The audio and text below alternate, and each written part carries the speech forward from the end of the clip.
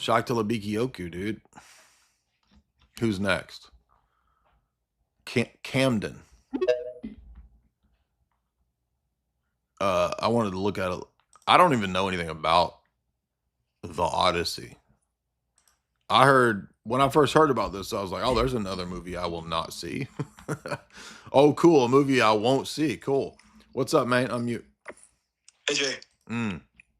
Hey, wanted to talk about created grace. Okay. Wondering, do you have any resources, like specific places that you have seen that be like dogmatic in Catholicism? It's dogmatically stated as part of dogma. Well, it's stated as part of dogma in Ludwig Ott's Fundamentals of Catholic Dogma, and it's stated in the Council of Trent, for example, that that the righteousness that you get in baptism is not the righteousness that God Himself possesses, but that which makes you righteous, which is said to be created grace. Okay. Because anything that's not God's created, right? So when you like press Catholics on this, what is their go-to response? Like, what do they say about that? Like, what do they say created grace actually is? I mean, they have to say what is stated in their dogmatic manuals, that it's, according to Ludwig Ott, it is, quote, a created accident in the soul. Not the soul, not the effect. The grace itself is a created accident in the soul that is not God Himself. Okay, so they have you pressed like the idea of it just seems to be pushing the thing underneath the rug, like, or a back a step, you know what I mean? It kind of seems like, hey, we have this thing that we're counted as righteous, but we don't really know what it is. And no, I mean, it's called in Ludwig Ott, it's called a supernatural creation. A supernatural creation. Mm-hmm. Okay. But it's an accident in the soul. Okay. So, okay. I mean, that's just retarded. That's the end of Roman Catholicism right there. I mean, it's like, I don't know how else to say it. Like, that should be a kill shot right there. Okay, so I'm not, if you'd humor me and just kind of explain, go ahead. Just like humor me a little bit, like what that statement entails. Like, I'm not well read on Aristotle at all. I don't know what that would mean. Like a supernatural created thing that is an accident in the soul. Like, yeah. What does that entail? Well, I mean, they don't go beyond that because they would argue that's really all they can say. So you can't say that it's the Holy. So there's later, if you read my essay on this, Divine Simplicity essay that I wrote many years ago, I cite I think I cite some of the later debates, post-Tridentine debates about it.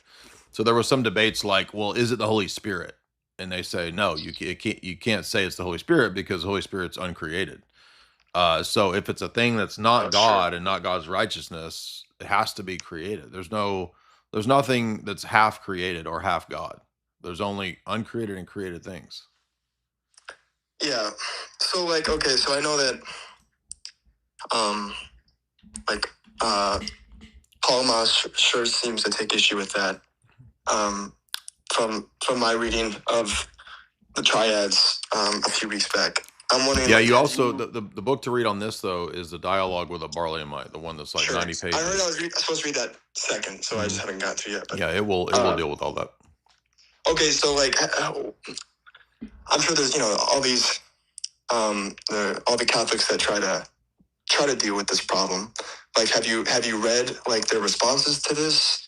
And if so, like, do they grant any further insights into this? Like, I mean, it usually just ends up being it usually just ends up being a bunch of like philosophical jargon from Thomists, or you'll get somebody who's a Franciscan saying, well, Bonaventure says maybe it's uncreated. Well, but Bonaventure lived before the Council of Trent, so it really doesn't matter what Bonaventure or Aquinas said. Okay. Cool. And then I'll put it this way. The last time I remember having an extensive conversation with a Roman Catholic on this was Classical Theist. And you can still find our old conversation about this. And all he ever does is say, well, it's cause and effect. So grace is the cause and we're the created effect. And I'm like, That's not addressing the debate, which is your theology specifies the grace itself. Yeah, but it's cause and he just kept saying, well, it's cause and effect. So God is the cause and we're the created effect. And it's like, that's not, the question is about the grace itself. Hmm. And in that debate, he's not familiar with the stuff I bring up. So maybe he is now. I don't know. I forgot about that dude. I don't, is he still tweet? I don't even know is he still doing the Tradcat thing? I don't know. Okay, so I'll have to look into your article, and I'll get to dialogue. Yeah, it's the article is Absolute Divine Simplicity. It's you can find it. Okay, and then if you don't mind, I'd like to talk a little bit about analogy and entists as well. Okay. I've kind of been just diving into that in a while. I've been watching some of your lectures on it. So from the Thomistic view, you would say it's correct to say that we are on the same spectrum of being as God.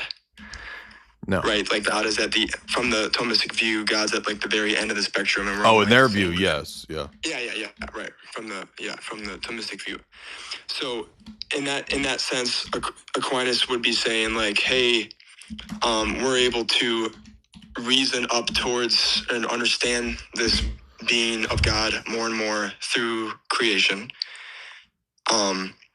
But then, so he says that, and obviously because of his lack of essence energy distinction, he's going to say that anything that you learn about God is going to be also about the essence. So like when he says these things, when he says, hey, you look at creation and you see God, but later it also seemed like he says that we don't ever participate in the essence of God. So have you, like, in what way does he balance those two things, or how does he clarify that? It seems to be a contradiction.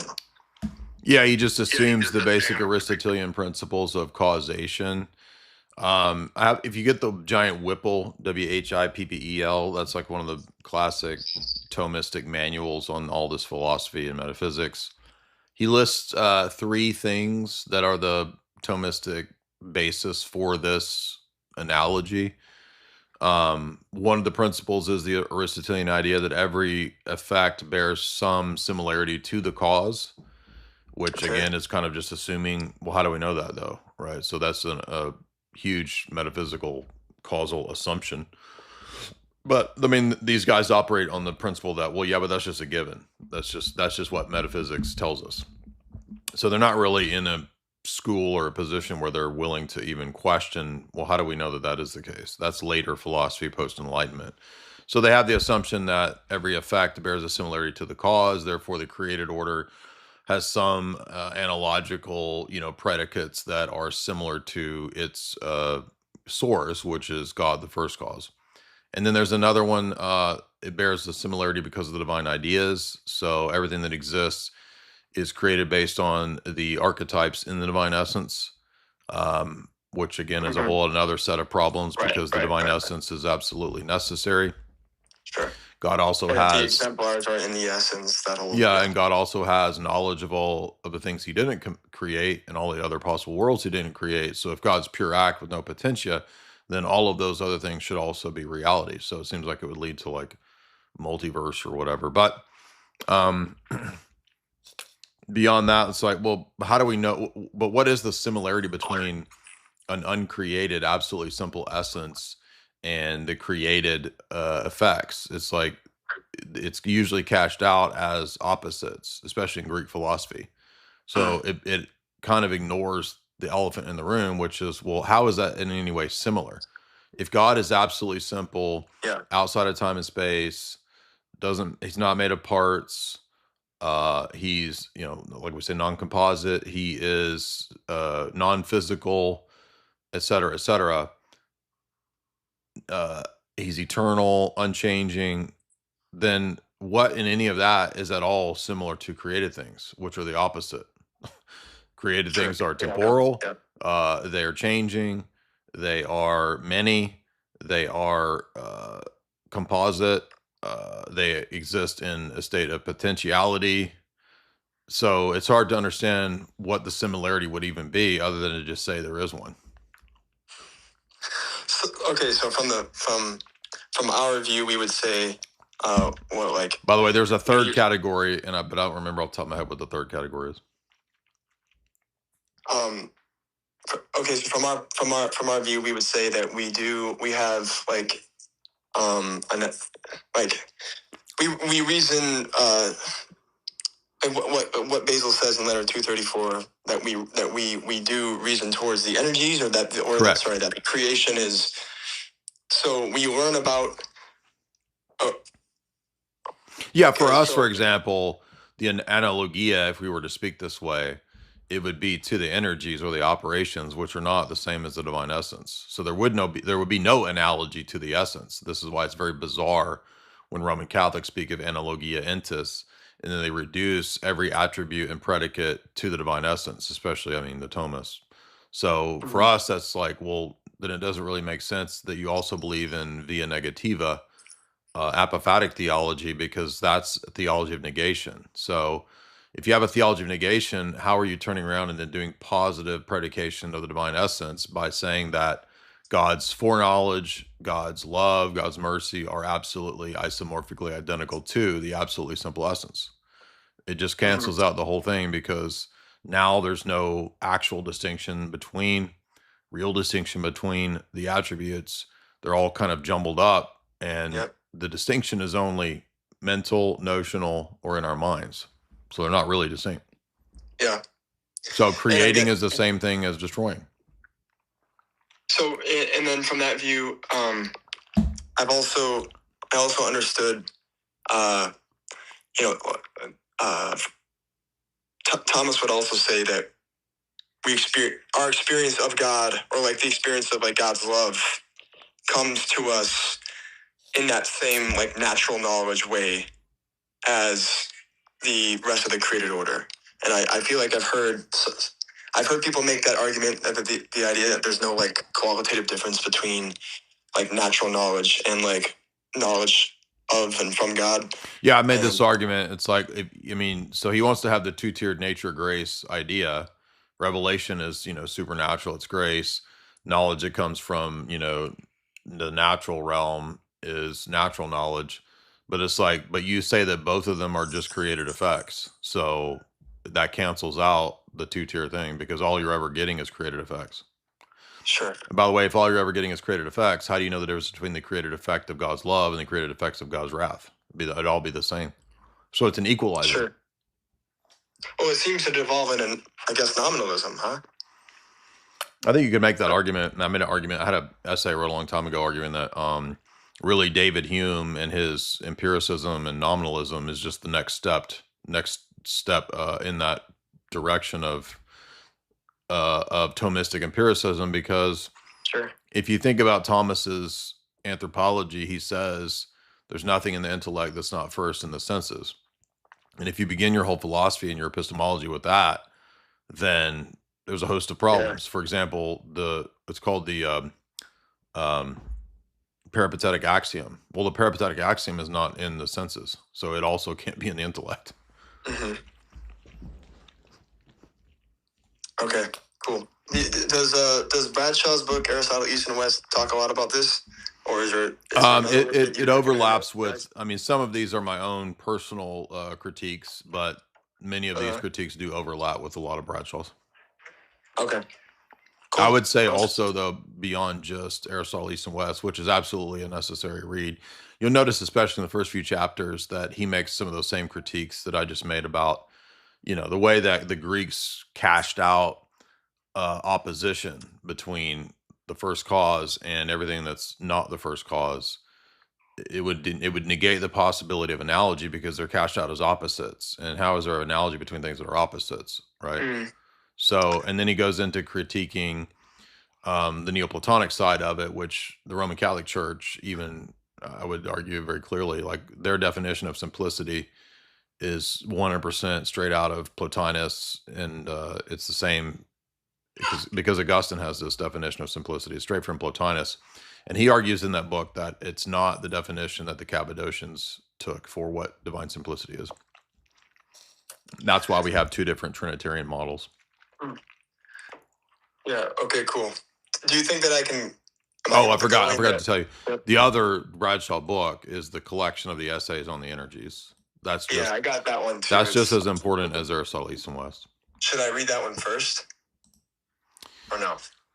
I mean, I don't know how advanced you are in philosophy, because the Aristotle East and West, the hardest part of it will be the first 3 chapters, because it gets really, really deep into Aristotelian philosophy. But after that, it gets a lot more accessible. It gets into like patristic stuff. It goes into Philo and how was energeia used in these different, philosophers and thinkers, and then it gets into more patristic stuff. So, do you have like is there a good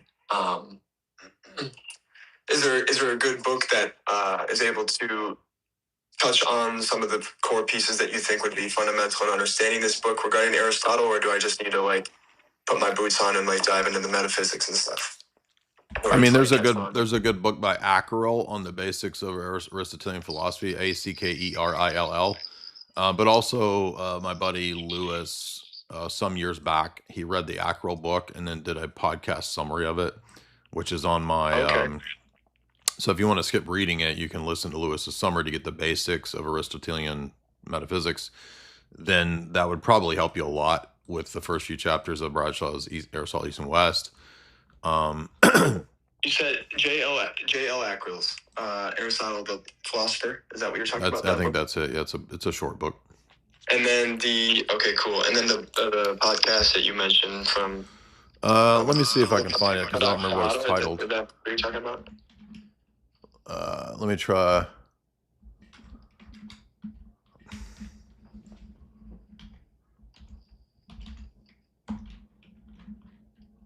I can't see the type.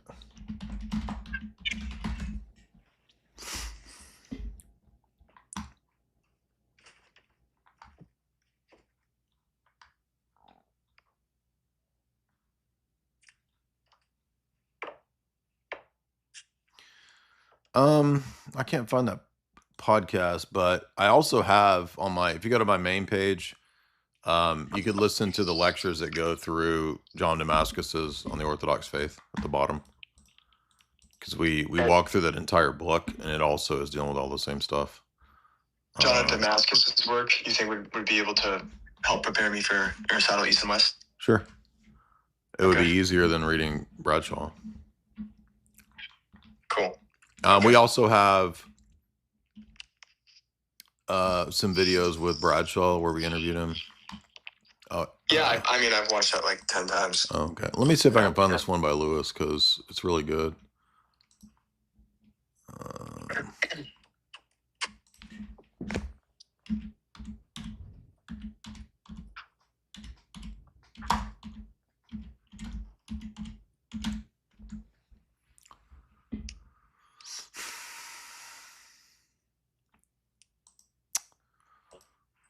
I don't know. I'll never be able to find that. I looked the other day. Yeah. If you think that Ackerell book is good, and that one's good. That's actually better than just appreciate that. Good questions. I